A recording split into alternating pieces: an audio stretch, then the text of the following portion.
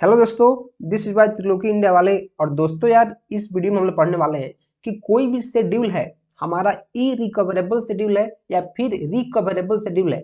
कैसे हम पता करते हैं कि कोई भी शेड्यूल अगर गिवन है तो हमारा रिकवरेबल है या फिर इरिकवरेबल है। इस वीडियो को देखने के बाद आपको सारा का सारा डाउट हमेशा के लिए क्लियर हो जाएगा। इस बात की गारंटी है, आपको पता चल जाएगा कि कौन से शेड्यूल को कब हम रिकवरेबल बोलते हैं और कब इरिकवरेबल बोलते हैं। ठीक है, तो हमारे पास एक शेड्यूल दिया है। अभी आप हेडिंग को मत पढ़ो, मानो आपके पास एक शेड्यूल दिया गया है। ठीक है, जो हमारा एक शेड्यूल एस है जिसमें दो ट्रांजेक्शन है, एक T1 एक T2। ठीक है, जो T1 है ट्रांजेक्शन, इसमें पहले रीड ऑपरेशन हो रहा है फिर राइट हो रहा है। ठीक है, इस T2 में क्या हो रहा है, उसके बाद फिर रीड ए हो रहा है। और जो T2 ऑपरेशन क्या कर रहा है, जो T2 ट्रांजेक्शन है अपने आप को कमिट कर ले रहा है। मतलब रीड करने के बाद वो बोल रहा है कि हाँ हमारा काम कंप्लीट हो गया, अब मेरा डन। कमिट करने का मतलब क्या कि ट्रांजेक्शन खत्म हो गया। ठीक है, और बाद में ट्रांजेक्शन क्या हो रहा है, जो T1 ट्रांजेक्शन है बाद में खत्म हो रहा है। इतना आपको भी समझ में आ रहा है।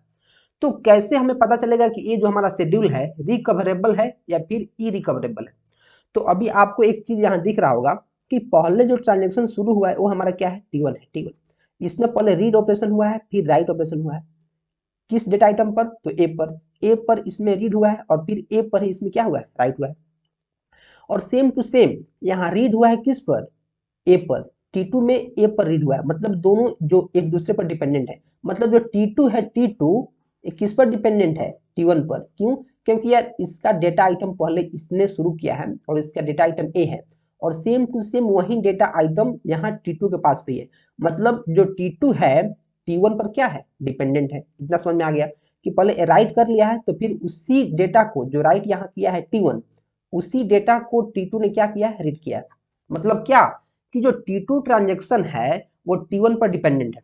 ठीक है, तो अब देखो T2 जो है T1 पर डिपेंडेंट है, क्या किया यहाँ कमिट कर दिया, कमिट कर दिया। अब बाय द वे जैसे कमिट कर लिया है, कमिट कर लिया है, जो T2 है कमिट कर लिया है। बाय द वे यहाँ ट्रांजेक्शन अगर फेल होता है, फेल होता है, यहाँ ट्रांजेक्शन क्या हो गया, फेल हो गया। जैसे इसने कमिट कर लिया, जो T2 है कमिट कर लिया, जब ट्रांजेक्शन यहाँ फेल हुआ तो इसको क्या करना पड़ेगा, हमें रोल बैक करना पड़ेगा। मीन्स हमें फिर से ट्रांजेक्शन को करना पड़ेगा, फिर से क्या करना पड़ेगा, ट्रांजेक्शन। आपको पता ही है कि ट्रांजेक्शन बहुत सारे कारणों से फेल हो जाता है। नेटवर्क इशू की वजह से, जो यूजर कभी खुद ट्रांजेक्शन को फेल कर देता है, खुद अबॉर्ट कर देता है, नेटवर्क काम नहीं करता है, डेटा काम नहीं करता है, या बहुत सारे कारण है। फिर सर्वर पर बहुत सारा लोड होता है, सर्वर बिजी होता है। तो बहुत सारे कारणों से हमारा ट्रांजेक्शन क्या होता है, फेल हो जाता है। तो बाय द वे अगर यहाँ इसने कमिट कर लिया, इसने कमिट कर लिया, और बाय द वे यहाँ ट्रांजेक्शन फेल होता है, जो T1 ट्रांजेक्शन है वो तो रोल बैक कर लेगा, मतलब वो तो फिर शुरू से कर लेगा। लेकिन जो T2 है इसने तो कमिट कर दिया है, इसने तो बोल दिया कि सर मेरा तो फुल एंड फाइनल है, मेरा तो डन हो गया। इसने क्या बोला है, सर मेरा तो डन हो गया। तो ये हमारा क्या है, रोल बैक नहीं कर पाएगा। जैसे ही रोल बैक करने की कोशिश करेगा नहीं हो पाएगा। क्यों, क्योंकि once a transaction is committed it can not be roll back. क्या मतलब कि एक बार ट्रांजेक्शन को आप कमिट कर दिए, ये रोल बैक नहीं हो सकता है। जैसे मान के चलो, जैसे मान के आपको चलना है कि आप किसी को, आपको 500 रुपया भेजना है, किसी को क्या करना है, 500 रुपया सेंड करना है। आप गलती से इस पर एक जीरो एक्स्ट्रा बढ़ा दिए, आप एक जीरो क्या किए, एक्स्ट्रा बढ़ा दिए। आप सारा यूपीआई पिन डालकर सब कुछ एक ओके कर दिए, आपका ट्रांजेक्शन सक्सेसफुल हो गया, सक्सेसफुल। तो क्या आप जब सक्सेसफुल हो गया, 500 की जगह पर एक जीरो एक्स्ट्रा चला गया, 5000 चला गया, तो क्या आप पैसे को अपने से वापस ला सकते हो, नहीं ला सकते हो। क्या कर सकते हो, नहीं ला सकते हो। लेकिन अगर आप 500 की जगह 5000 डाल दिए हो, लेकिन पहले ही आप देख लिए हो, आप ट्रांजेक्शन सक्सेसफुल करने से पहले ही देख लिए हो कि अरे यार मैंने तो एक जीरो एक्स्ट्रा डाल दिया है, तो फिर आप क्या करोगे, एक जीरो कम कर दोगे। एक जीरो क्या करोगे, कम कर दोगे। आप रोल बैक कर लोगे, रोल बैक नहीं, मुझे तो एक जीरो कम डालना है, मैं ज्यादा डाल रहा हूँ। समझ में आया। तो एक बार जो ट्रांजेक्शन यहाँ क्या हो गया, कमिट हो गया, उसको रोल बैक नहीं कर सकते हैं। तो बाय द वे अगर ट्रांजेक्शन यहाँ फेल होता है, फेल होता है, तो जो T1 है ये तो रोल बैक कर लेगा, लेकिन जो T2 है, T2 ये रोल बैक नहीं कर पाएगा। तो रोल बैक नहीं कर पाएगा मतलब अपने वैल्यू को अपडेट नहीं कर पाएगा। जो वैल्यू इसका पहले है गलत वैल्यू है तो गलत वैल्यू रह गया। इसको हम क्या बोलते हैं, इरिकवरेबल। मीन्स इसको हम रिकवर नहीं कर सकते। इसको हम क्या कर सकते हैं, रिकवर नहीं कर सकते हैं। जैसे एक रियल लाइफ एग्जाम्पल, एक रियल लाइफ, जैसे एक स्टूडेंट 1 है, स्टूडेंट 1, ये हमारा क्या है, स्टूडेंट 2। जैसे एग्जाम हॉल में बैठा है स्टूडेंट 1 स्टूडेंट 2, इसने कुछ लिखा, कुछ लिखा, इससे कॉपी करके लिख रहा है, इसे क्या करें, कॉपी करके लिख रहा है। अभी इसका लिखना हो ही रहा है, तब तक इसने क्या किया, कुछ कुछ लिखा, कुछ कुछ लिखा, और फटाक से इसका कॉपी भर गया, इसने कॉपी को क्या कर दिया, सबमिट कर दिया, सबमिट। और बाद में क्या हुआ, इसको पता चला स्टूडेंट वन को, अरे यार जो मैं आंसर लिख रहा था वो तो गलत आंसर है, कि जो मैं आंसर लिख रहा था वो तो आंसर गलत है। तो ये क्या करेगा, ये तो इसको काट देगा और अपना आंसर सुधार लेगा और नया पेज में दूसरा आंसर लिख लेगा। लेकिन जो स्टूडेंट टू था, जो स्टूडेंट टू था, इसको तो पता ही नहीं है कि हमारा जो आंसर था गलत था, इसने इसमें से छापा और आंसर को लिख दिया, इसी को जमा कर दिया, तो इसका आंसर क्या हुआ, गलत। ये तो रोल बैक नहीं कर सकता है क्योंकि इसने सबमिट कर चुका है। समझ में आया, ये तो रोल बैक कर ही नहीं सकता है, क्यों, क्योंकि यार ये सबमिट कर चुका है और जो एक बार सबमिट कर चुका है वो फिर से कॉपी लेकर लिख नहीं सकता है और जमा नहीं कर सकता है। तो ई रिकवरेबल क्या है, ऐसा शेड्यूल जिसको हम लोग रिकवर नहीं कर सकते हैं, उसको हम लोग क्या बोलते हैं, ई रिकवरेबल शेड्यूल। इसीलिए हम लोग ऐसा कोशिश करते हैं कि कोई भी शेड्यूल ई रिकवरेबल शेड्यूल नहीं बने, क्योंकि इसमें बहुत घाटा लगता है, इसमें बहुत दिक्कत होता है। हम क्या चाहते हैं, कोई भी शेड्यूल ई रिकवरेबल शेड्यूल नहीं हो। हालांकि जितने भी इंजीनियर्स होते हैं जो काम करते हैं, सोचते हैं कि सारा का सारा शेड्यूल हमारा रिकवरेबल ही बने, ताकि लोगों को ज्यादा दिक्कत नहीं हो। इतना समझ में आया कि भाई तो यहाँ अगर फेल हो जाता है तो क्या होगा, ये तो रोल बैक हो जाएगा, ये तो अपना काम सुधार लेगा, लेकिन ये नहीं सुधार पाएंगे क्योंकि उन्होंने पहले ही इसको कंप्लीट कर चुका है। इसको क्या बोलते हैं, इरिकवरेबल। थोड़ा सा डेफिनेशन में पढ़ेंगे। If T2 depends read after right, RAW मतलब यहाँ मैं लिख दूंगा read after right. If T2 depends read after right on T1, अगर जो T2 है, T2 इस पर डिपेंड कर रहा है, इस पर डिपेंड कर रहा है, ठीक है। And commit operation of T2 is before T1, और कमिट पहले कर चुका है, पहले ही कमिट कर चुका है, then such type of schedule is irrecoverable. तो ऐसे शेड्यूल को हम लोग इरिकवरेबल बोलते हैं, क्यों, क्योंकि यार इसको हम लोग रिकवर नहीं कर सकते हैं।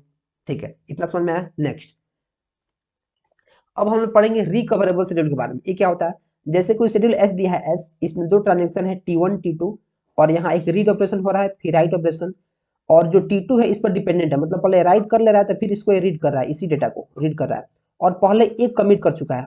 यहाँ क्या हुआ, पहले हमारा जो T1 है इसने क्या किया है, कमिट किया है, और फिर T2 कमिट किया है।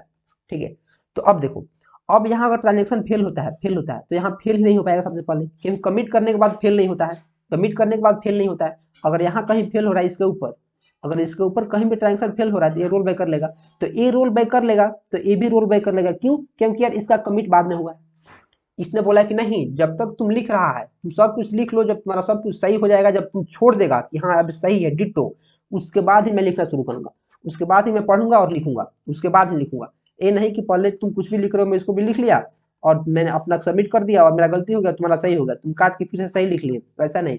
तुम पहले लिख लो, तुम लिख लो, पढ़ लो, जो करना है कर लो, और तुम अपना कंप्लीट कर लो, तुम अपना कंप्लीट कर लो कि हाँ मेरा सही है, उसके बाद मैं लिखूंगा, उसके बाद मैं क्या करूंगा, लिखूंगा।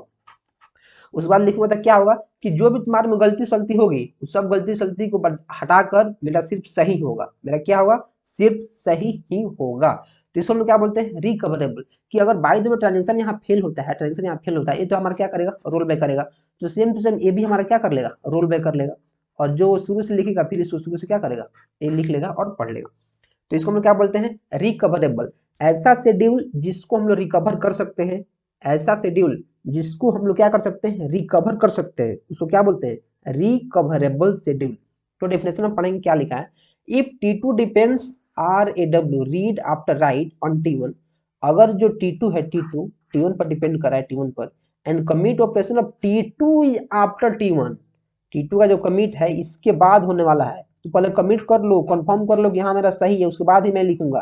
ठीक है, then such type of schedule is recoverable, यहाँ री है, recoverable, such type of schedule recoverable, इसको समझो, इसको रिकवरेबल बोलते हैं। अब मैं आपको एक क्वेश्चन देता हूँ, आप इसको सॉल्व करो। क्वेश्चन, क्वेश्चन क्या है, क्वेश्चन हमारे पास है, जो हमारा ये शेड्यूल दिया है, पता करना है कि रिकवरेबल शेड्यूल है कि इरिकवरेबल। ठीक है, और उससे पहले आपको एक चीज करना है, चैनल को सब्सक्राइब करना बहुत जरूरी है, तो प्लीज चैनल को सब्सक्राइब कर लीजिए, और वीडियो को लाइक करना भी बहुत जरूरी। और मैं तो कहूँगा यार, जो DBMS का इस प्लेलिस्ट है, आप सारा का सारा प्लेलिस्ट देखो, एक भी टॉपिक नहीं है DBMS का जो इसमें बाकी है। हर एक टॉपिक को मैंने काफी एडवांस तरीका से और काफी आसानी से पढ़ा है, आपको मजा आ जाएगा पढ़कर। कोई भी टॉपिक जो आपके सेमेस्टर एग्जाम में है और यूनिवर्सिटी एग्जाम में है और इवन गेट के एग्जाम में भी है, मैं सारा का सारा टॉपिक कवर कर चुका हूँ हिंदी में। आप जाओ, सारा का सारा टॉपिक देखो, जो भी टॉपिक आपको चाहिए आपको मजा आ जाएगा। और इस क्वेश्चन का जवाब दो, ये हमारा क्या है, क्वेश्चन है। क्वेश्चन बताना है जो शेड्यूल है रिकवरेबल है कि इरिकवरेबल है। ठीक है, तो मैं यहाँ देख रहा हूँ, पहले रीड हुआ है, फिर राइट हुआ है, और इसके बाद क्या हुआ है, T2 हमारा क्या है, इस पर डिपेंड कर रहा है, तो रीड राइट के बाद यहाँ फिर रीड हुआ है या फिर रीड हुआ है, मीन्स जो ट्रांजेक्शन T2 है, T2 डिपेंड कर रहा है किस पर, डिपेंड कर रहा है T1 पर। इतना हमें पता चल गया कि जो ट्रांजेक्शन T2 है किस पर डिपेंड कर रहा है, T1 पर। इतना हमें पता चल गया, ठीक है। जब इतना हमें पता चल गया तो मैं देख रहा हूँ कि डिपेंड कर रहा है, मतलब अगर इसमें कुछ गलती होगी तो ये तो रोल बैक करेगा। अगर बाई द वे यहाँ ट्रांजेक्शन फेल हो जाता है, मैं मान के चलो यहाँ फेल हो गया, फेल, तो ये तो रोल बैक कर लेगा। ये क्या करेगा, रोल बैक, ये रोल बैक कर लेगा। क्यों? क्योंकि इसने कमिट नहीं किया, लेकिन ये तो पहले ही कमिट कर लिया, ये रोल बैक नहीं कर पाएगा। रोल बैक जब नहीं कर पाएगा ये, तो क्या है, इरिकवरेबल शेड्यूल है। सेम टू सेम यही एग्जांपल मैंने आपको यहाँ करके दिखाया है।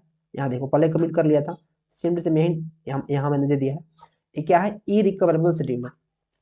तो अभी आपको आई थिंक क्लियर हो गया होगा कि कोई भी शेड्यूल रिकवरेबल कब है, इरिकवरेबल कब है। अगर इसके बाद भी कोई डाउट रह जाता है, मुझे नहीं लगता कोई डाउट रहेगा, लेकिन फिर भी बाय द वे अगर डाउट रह जाता है तो प्लीज आप कमेंट करें किस पार्ट में आपको डाउट लग रहा है, आपके लिए स्पेशल आंसर दिया जाएगा और आपको मजा आ जाएगा, ठीक है।